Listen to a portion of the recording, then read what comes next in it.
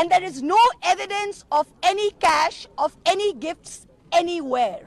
This Lok Sabha has also seen the weaponization of a parliamentary committee.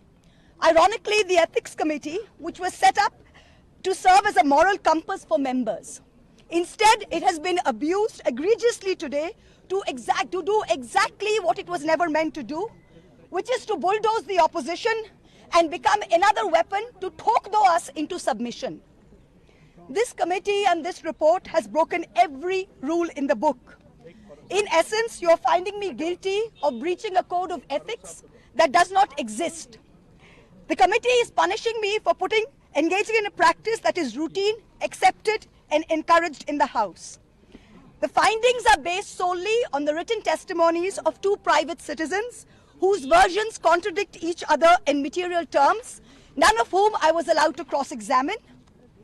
One of the two private citizens is my estranged partner who, with malified intention, masqueraded as a common citizen in front of the committee. The two testimonies have been used to hang me. They're at polar opposites to each other. The complainant says I accepted cash and consideration from a businessman to ask questions in furtherance of his commercial interests. But the businessman's suo motu affidavit says I pressurized him into uploading questions to further my agenda. The two are at polar opposites. The Ethics Committee, without getting to the root of this, has decided to hang me. It refused to summon the businessman to orally testify, and there is no evidence of any cash, of any gifts anywhere. The recommendation of expulsion is based solely on the ground that I have shared my Lok Sabha portal login.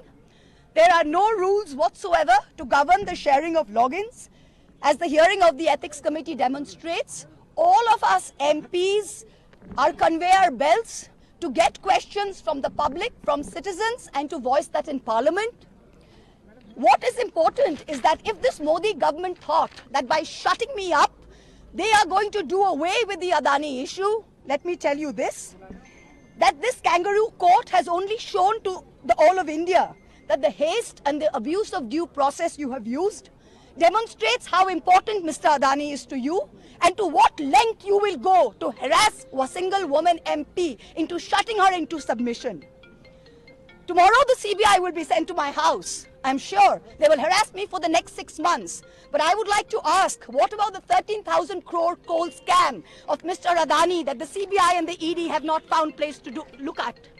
You tell me I have compromised national security with a login portal? Mr. Adani is buying all our ports, all our airports, and his shareholders are foreign professional investors, and the Ministry of Home Affairs is giving them clearance to buy all our infrastructure. Ramesh Biduri stands up in Parliament and says to Danish Ali, he's one of 26 Muslim MPs, only one of 26. In a country of 200 million Muslims, the BJP has 303 MPs and has not sent one Muslim to Parliament. Ramesh Biduri stood up and told Danish Ali, ye bhadwa, ye katwa, no action has been taken.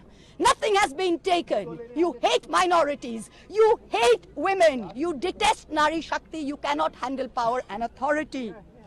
I'm 49 years old. I will fight you for the next 30 years inside Parliament, outside Parliament, in the gutter, on the streets. Adim hanghingstra manobikatar jodi ami keu hoi, shojon harane shoshane toder chita ami tulboi. We will see the end of you. Do not wonder. Punjab, Sindh, Gujarat, Maratha, Dravida, Utkala, Bongo. You don't have the Punjab. Sindh is not ours. Dravid is not yours. Utkal is not yours. Bongo is not yours. Where do you think you're going to rule us? Where do you think you get this brute majority from? The Ethics Committee has no power to expel. You have assumed the powers of a quasi-judicial authority and imposed a penalty on me that you have no power to do. You have disregarded due process, proportionality, and abused every tenet. This is the beginning of your end. जब नाश मनुष्य पर छाता है तो पहले विवेक मर जाता है. We're going to come back and we're going to see the end of you.